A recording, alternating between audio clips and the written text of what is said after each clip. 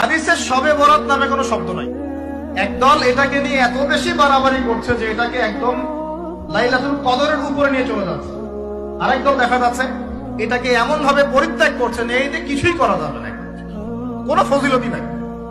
এখন আসলে মধ্যম পন্থা কি, মাঝখানে আমরা কি করবো তা জানার দরকার আছে কি নাই?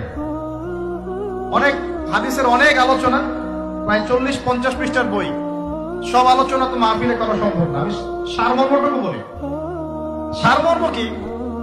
হাদিসের শবে বরাত নামে কোনো শব্দ নাই। এক নাম্বার কি নাই ভাই?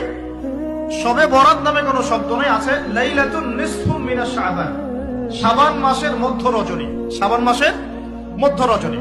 শাবান মাস কি? উত্তর, নবী সাল্লাল্লাহু আলাইহি ওয়াসাল্লাম রমজান মাসের পর যে মাসে রোজা রাখতে বেশি গুরুত্ব দিয়েছেন তার নাম শাবান।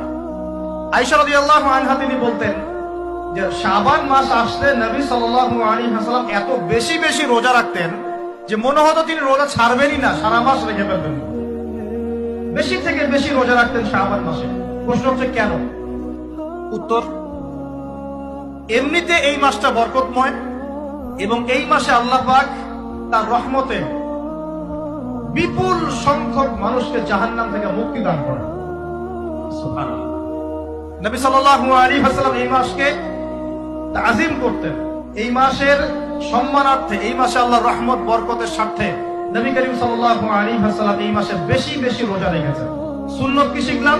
শাবান মাসে বেশি বেশি রোজা রাখা সুন্নত। আরেকটা হাদিস মাথায় নিয়ে নেন, আজকে সারা ওয়াজ ভুলে গেলে এই ওয়াজটা ভুলেন না। কি হাদিস? নবীজি বলছেন